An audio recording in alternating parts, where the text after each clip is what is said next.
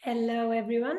This is an online chat Zoom with David Glass about his creative practice and Alchemy of the Extraordinary, which is a course on creative practice and device theater. And we are looking forward for Alchemy of Extraordinary 2024.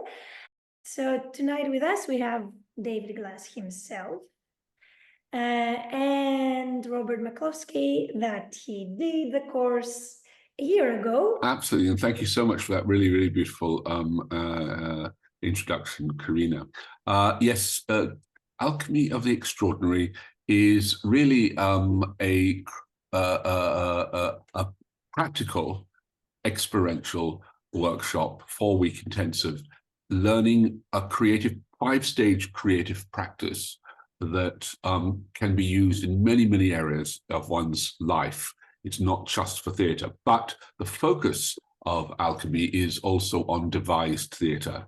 So this 5-stage creative practice is something we go through over the 4 weeks in quite a bit of detail. And it's not theoretical, although there is a theoretical framework base for it, so that you can come away and use it, hopefully, very, very practically in lots of different ways, but particularly for making theatre. But also, we also explore during it 3 important creative phases of our life, the 3 phases which I believe inform all our other creativity. And the first one is the child. And the basic creative question of the child is, what is this? In other words, we're born, and it's the first time we're here, and we look at the world and we're, what is this? And so it's an awakening of curiosity, engagement, a fascination with a world that we don't know anything about.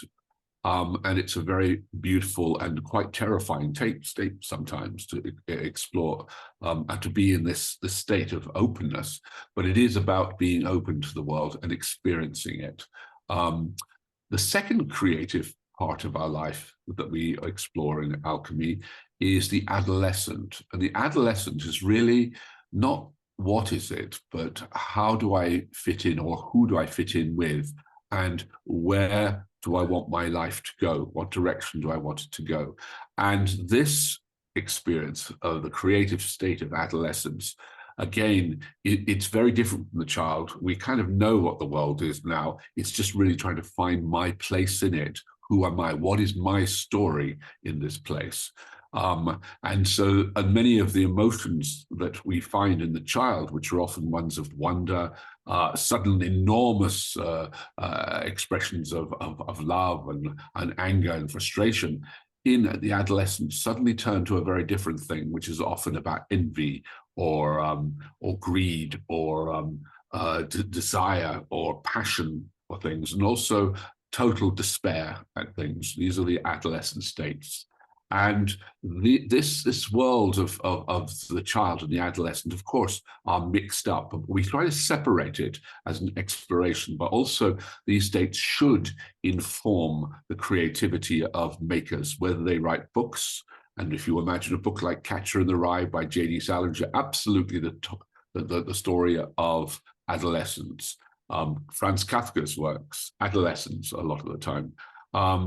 But this response to these 2 creative areas are very much about finding what I call the authentic voice in the participants, so working on them individually. And in fact, the whole workshop really, although it's taught as a group and we work through group work, and a lot of my work is ensemble based, we're using the ensemble as a tool for learning about ourselves and about getting tools, because we don't expect all the participants in the end to go and work with each other. Some do, but that they have something they can take away. The last aspect of the different ages that we have, the creativity, the 11 ages, is a very important, which happens all the way through, and it's the elder. The question of the elder is kind of what was that? Is looking back. And even when we're very young, we look back and we go, what was that? What does it mean? And also for people who are older sometimes, it's how do I leave this place now as the elder? So the elder, though, we use all the way through at some level. So the elder is really about wisdom, about understanding who we are, our place in the world, and also finding our voice and being able to deal with the child and the adolescent.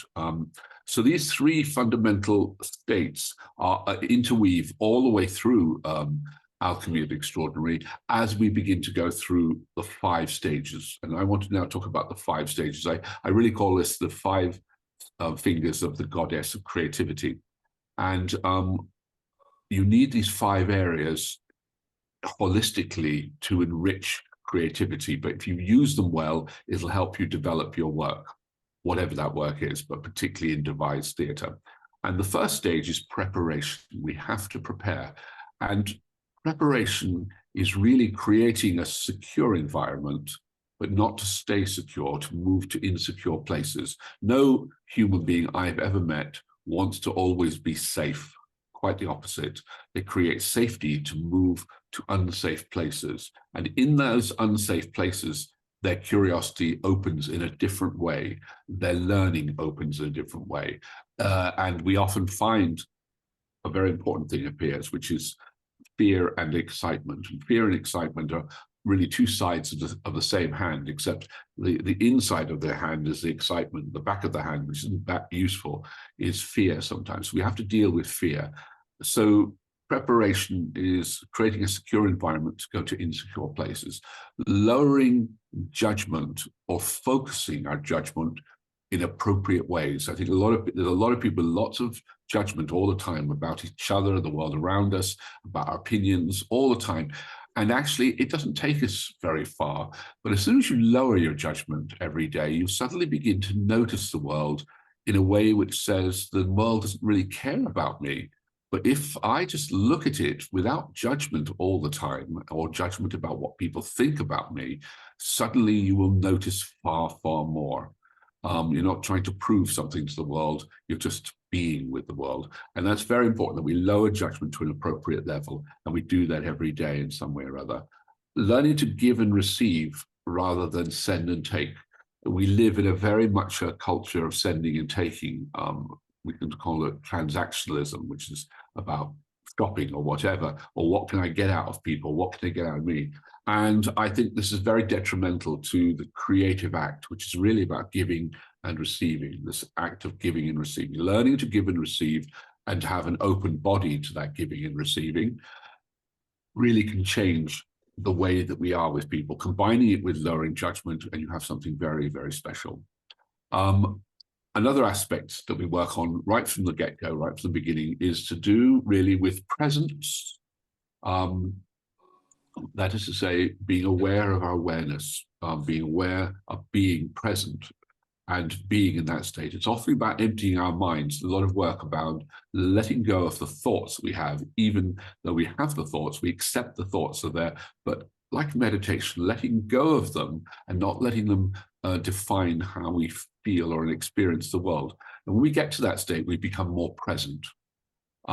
Then also the work on focus, on the gentle focus of the mind. You'll find in creativity, focus is not a hard thing. It can often be sometimes very strong, but it's actually a soft thing that you can gently move around different parts of your body, different, I'm writing a script at the moment.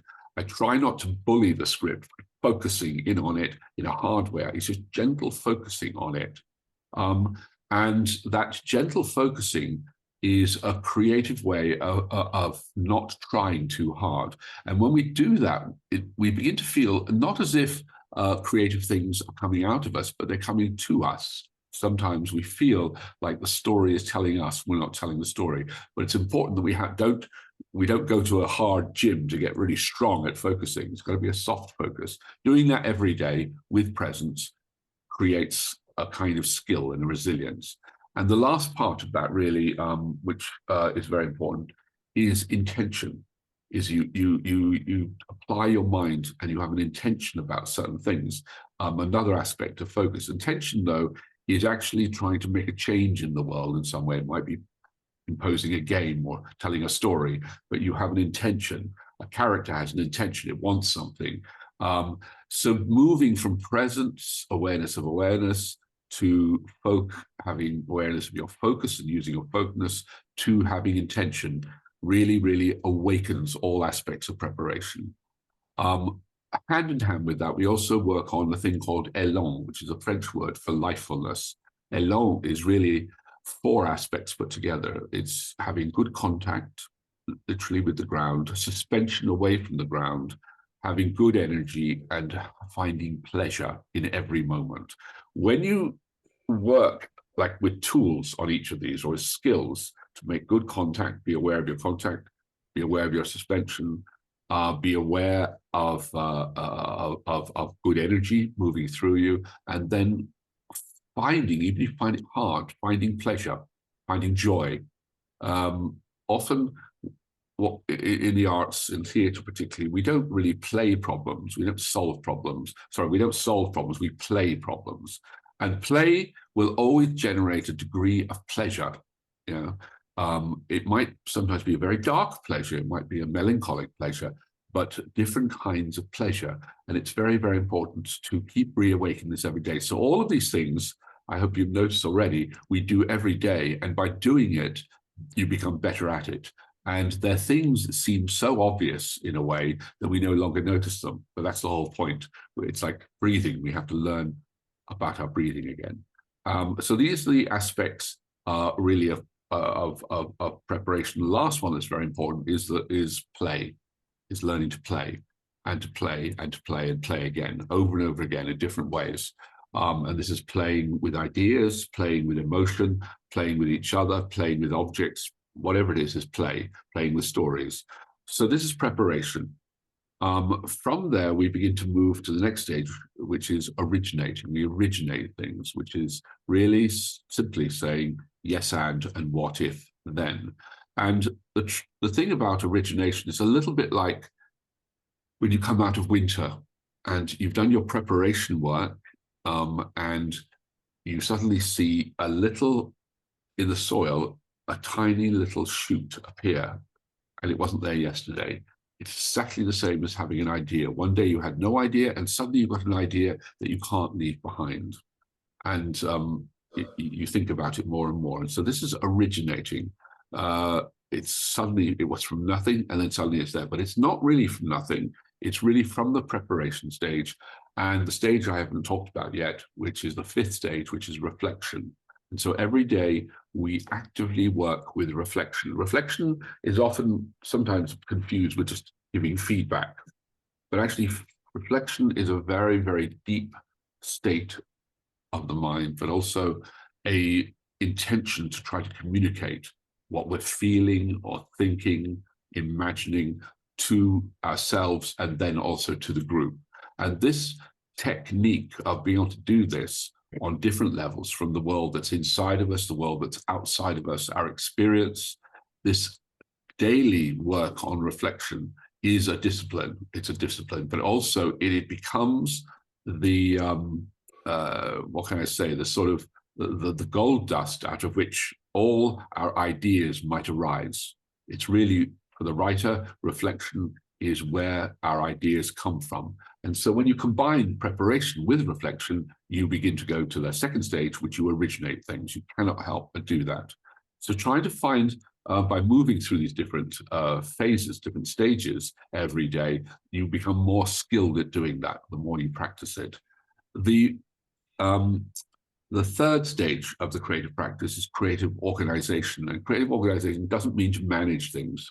It means to find the relationship between things, because in finding the relationship between things, you find new things appear. We are relationship-bound creatures. We seek relationship.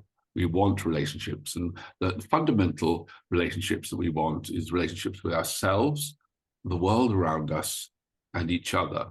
And these three, this triangle of three things is it is really where our life sits all the time. We just don't know it. We're not aware of it. Even as I sit here, I'm having a relationship with an imagined audience and the people who are on Zoom. I'm also having a relationship with ideas that I've thought about many, many times inside myself. Meanwhile, my arse is having a relationship with the chair. That is happening as well. And in fact, that relationship with the chair, my arse and the chair, the foundation, the ground, I'm thinking about the ground of this practice as I talk to you. What is the fundamentals of it?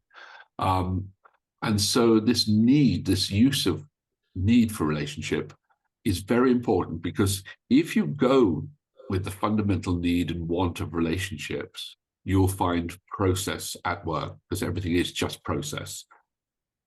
Be in that place with the process of finding relationships, and you will begin to find that creativity has a kind of channel to move in, sometimes inward, sometimes outward, sometimes to the world.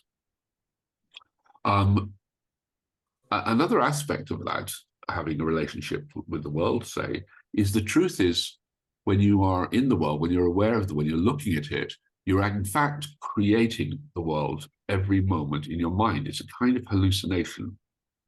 Neuroscience is teaching us more and more of that. So without freaking you out, when you become aware of that you're actually creating the world all the time, you suddenly connect to what you're already doing, which is you're creating the world all the time. That means you begin to unblock all the things that have been blocked around your creativity. That in fact, whether you're waking or sleeping, you're creating and recreating the world all the time. And as soon as you are able to get to that place, you realize that creativity is not a special thing. It's not something you do extra. You're doing it all the time. All the workshop does is trying to make you aware of the mechanisms of doing that, but also help you with the tools and skills to improve that. So that's the organizational stage. There are different aspects of organization we work on. One is clusters, one is constellations, and the other one is a very important one, which is story. And I'm working on a story at the moment, quite a big story I've been working on for a while. So I'm very awake to what stories are and how and why we tell them. But stories is actually the oldest form of university that we have. It's a way that we pass cultural aspects of ourselves on many, many different levels, from the very small to very big, to each other and to the world. Story is a way, the pollen that flowers have, stories are our pollen. It's the way we pollinate our imaginations, our minds, and they have wisdom in them. They have untruths. They have beauty. They have mystery, and they have humor. Stories. So we work on stories. That's organization. The fourth stage of creativity is almost never talked about, because I think people are slightly frightened of it. And it's not an outcome, it's a manifestation. We manifest things. And so when we manifest, there are four areas that we try to focus on in manifesting. The first thing is that all the bits that went to make up the manifestation, i.e. the piece of theatre or the film or the book, it doesn't look like all the bits that it came from, all the fragments. We'll talk about fragments in a minute. All the bits that went to make up the story, it looks like its own thing. So it's a little bit like a baby. A baby is made up of all the things you ate for 9 months, but it doesn't look like those things. It's unique in its own way. And this uniqueness of manifestation, not looking like all those bits, is the first very important aspect of manifestation, the creativity of manifestation. The next one is that once we've experienced the manifestation, the show or the story, we never believe it wasn't always here, but it wasn't. And that's tricky. It's a beautiful thing. We read the book and we can never unread it. So we believe it's always been here. Architecture, when we've been in a house, we go, well, it's always been here, even though we know it hasn't. And people go, oh yeah, of course, that's obvious, but it's not obvious. You have to be aware of these two aspects. One, it's not like all the things that created it, and also it feels now like it's always been here. And now going to slightly more technical aspects of manifestation. The next one is really that if it's done well, it'll be intelligent, not intellectual, it'll be intelligent. A good story, there is intelligence built into it. We're drawn to intelligence. We are looking for intelligence. We create things that are intelligent. That's not to say they're intellectual. They can be very, very simple things, in fact, but it's the way that nature moves us towards cohesion rather than chaos. And in cohesion, you begin to see the organization of things expressed, often in very beautiful ways. So you'll find that a good story is intelligent. And also, if you begin to remove things that aren't intelligent in it, you find that it becomes a better story. Okay, the more intelligent it is, the more people are attracted to it. If you think about some of the Marvel comic films that, whilst being very distracting, often you just go, what is this about? There is nothing really that's about. And so it just becomes a chaos of things happening. Telling a great story is creating a structure that is often visible, but you feel it underneath there holding you. It's like a boat, a beautifully made boat. It will separate you from the water, and it's intelligently made. And the last aspect of creativity, again, which is kind of technical, but of manifestation, is the idea of time, is that you are actually, usually in a short form, like a book or a film or a piece of theatre, you're condensing a lot of time and a lot of other people's time, if you do group work, into a small amount of time. That act of focusing people's time at one moment that has taken a lot of time is strangely magical. It's like a good meal. You don't think of all the time everything took to grow, but you feel the nutrition of that as you eat, and the time is the same. The other aspect of the time is that as you experience it, there's a difference between the real time that you could count on your watch and the experiencing of the time. And this can be very subjective. And often these two things are not at odds, but one doesn't seem to be like the other. So you might say, I saw it took 2 hours. It felt like an hour, this difference. And then there is also the actual story time, which is a made-up time in a piece of theatre or a film. You'll see that the story time takes over a certain time. And so this interweaving of different times has an effect on our minds, which I call liminal. It creates a dream space inside us, a little bit like being awake but asleep at the time. When you watch a film, you know that it's taken years to make that film. You don't think about it.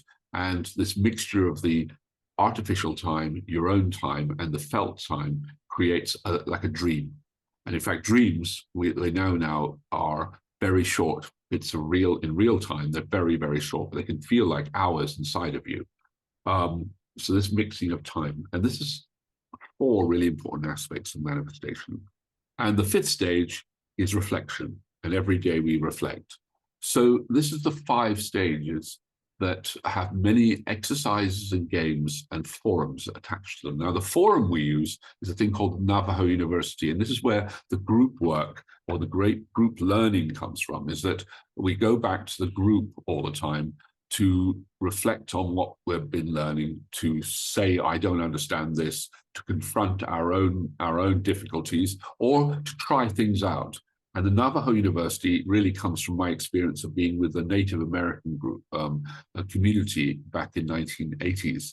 And there, a community has a problem, whatever that problem is, and most problems aren't rocket science. You'll be able to solve it, because we're not just individuals. In fact, we aren't individuals. We're groups, we're communities, we're families. And each time we work as a group or a community, we really support that group some more. So we're constantly reinvesting in it. And it comes from the only real organization we really know. There is no other organization, is family. I don't mean your personal family, but the families created around us. Focus on the family-like qualities of a group working together, and the Navajo University is absolutely that. You will actually strengthen your learning and your humanity and your creativity. So these are the different basic areas that we study. It's a very technical insofar as it really are practicing these things, and the theoretical framework is there, but most of it is very practical work. You come away, hopefully, having done all of these areas. The last week is a bit, anyway, is putting the practice and the child, the adolescent, and the elder into a group work that's made. It's not about trying to make a great piece of theatre. It's really about testing the things you've learned within the group. And so the final week, we actually have a few days to make a piece, and then we reflect on that piece and also see how we can then improve it in a devised setting. So this is the basic, the basic 4 weeks. It's a very full, rich 4 weeks, and goes from basically 10 o'clock to 6 each day, or sometimes to 5, depending on how tired people are. Yeah. Yeah, great, David. Thank you so much. You condensed everything into like 10, 15 minutes. It's amazing. Thank you so much. So now let me share my screen and let's have a look last year's cohort, and we have a little insight of what happened. So I'm gonna share my screen. Please mute yourselves so we don't have any interruption. 1, 2, 3, 4.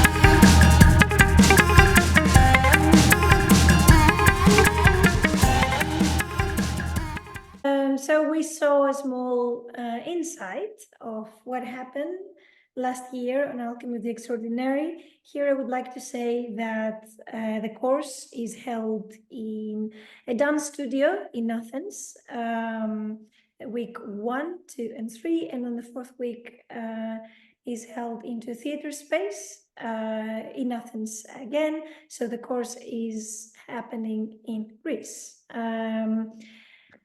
And this year is going to run from the 1st to the 27th of July.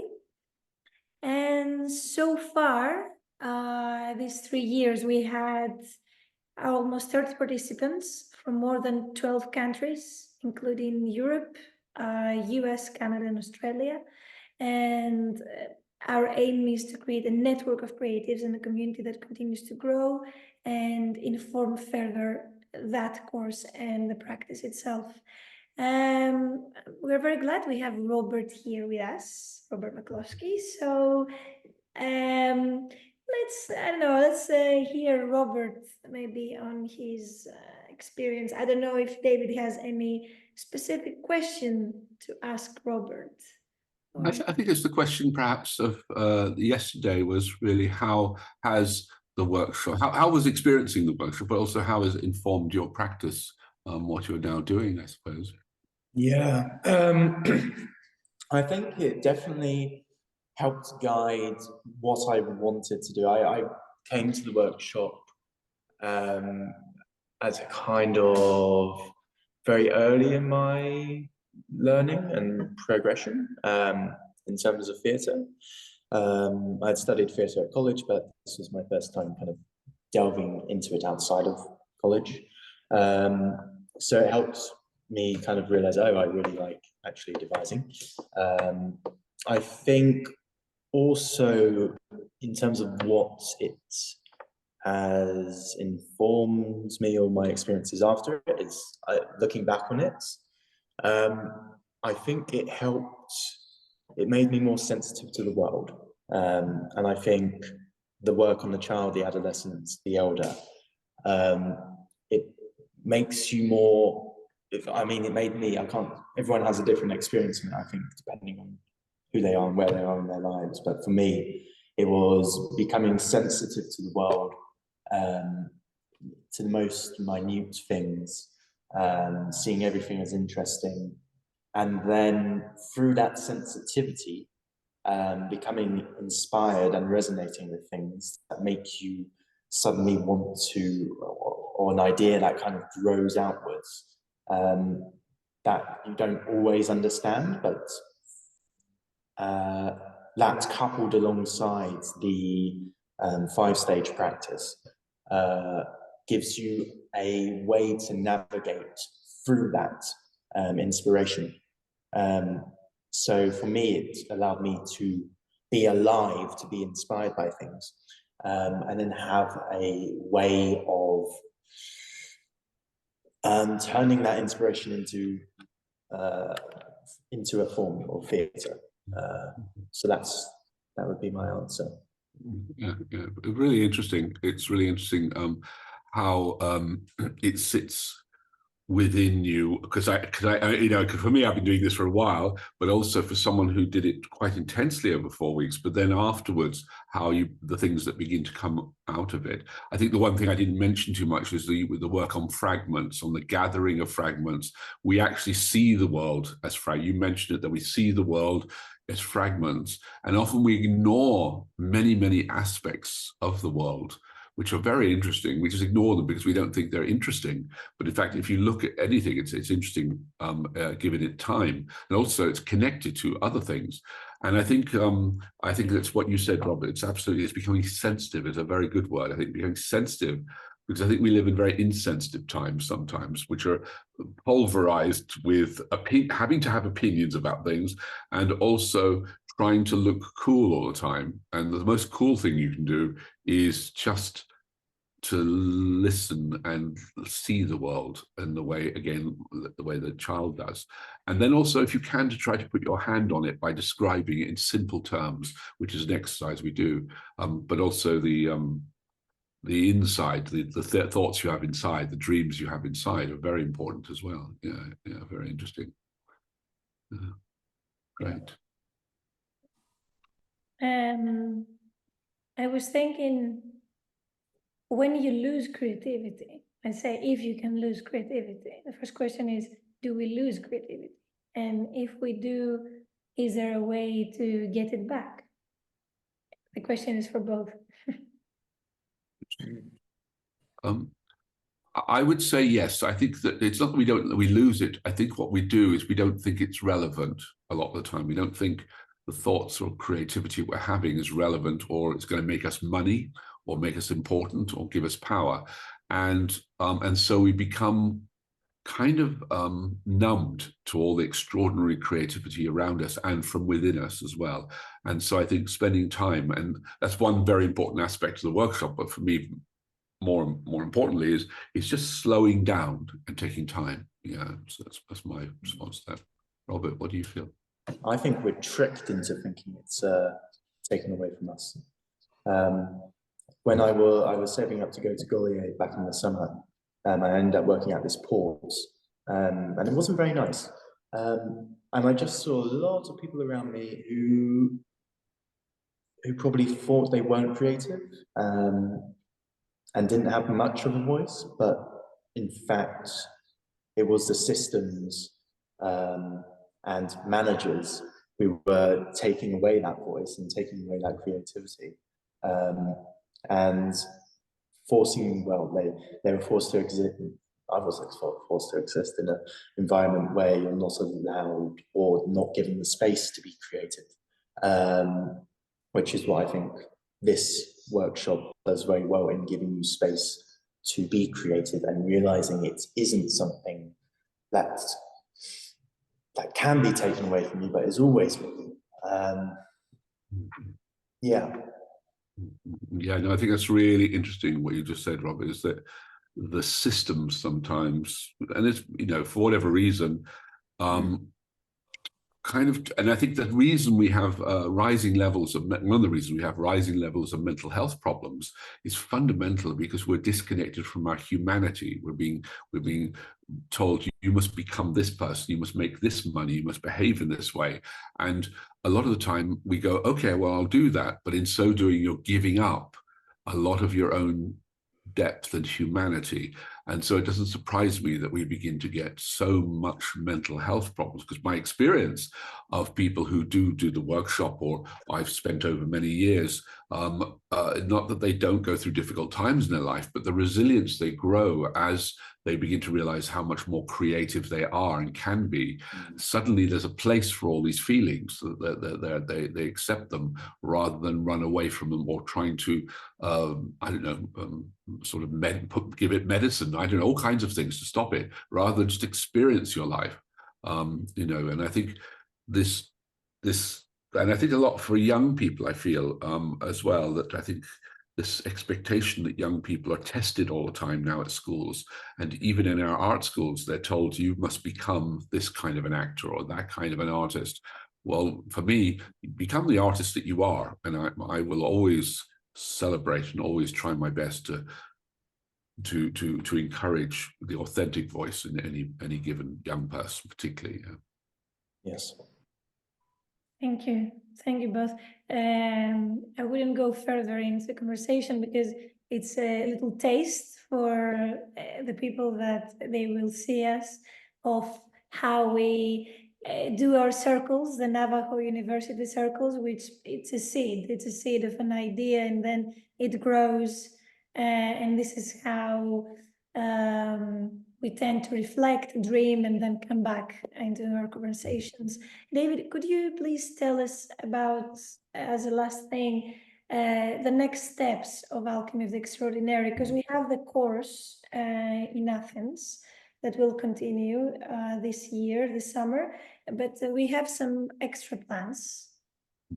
Yes, well, I think it's wonderful to see this going into a second phase, as it were, of Alchemy, which is really the handing to Karina and Simon, who have been students of this, but also they're very experienced. When I say students, these are people who have, Karina, I'm sure she blushes now, and Simon, who's not here today, are very experienced people who've trained a lot. Karina in dance and then also in movement direction, and Simon, who's done, I think, the Cochrane and university and acting school. So although they would call themselves students of the process, they're also very extremely experienced teachers themselves. And so they'll be taking on about half of the teaching this time, which is very important for me. There's a kind of a legacy point to this whole project, which is just to spread these ideas out, and the first way of doing that is through two people who have been all part of it, but also through the lab that's now being created with 3 years. So that's another aspect of how alchemy is growing in different countries, is the lab. My background, I studied for a period of time at Lecoq with Grotowski, and the laboratory was a way that you could, without taking too many risks, can explore potentials and possibilities that you will often go to places you never expect. The science does this all the time. The arts, we rarely do it these days. And so the idea of the lab is to use very little resources to maximum effect, I think. And that could lead to a feature film. It could lead to a novel, a shared project. We don't know. And it's really an open question for the lab. These are the people who have done 3 years, gone through the workshop over the last 3 years, but that lab will only keep increasing. So that's the second part, which is the first one is really handing over the reins of this to two wonderful teachers who will enrich it from their point of view. It's not fixed. And then the lab. And the last one is quite interesting. It's moving more into an area which I've kind of helped pioneer a bit, which is around applied theatre in China. And we're setting up an institute for creative learning there, which will use the alchemy across areas like mental health, women, organizational development, and corporations and project development.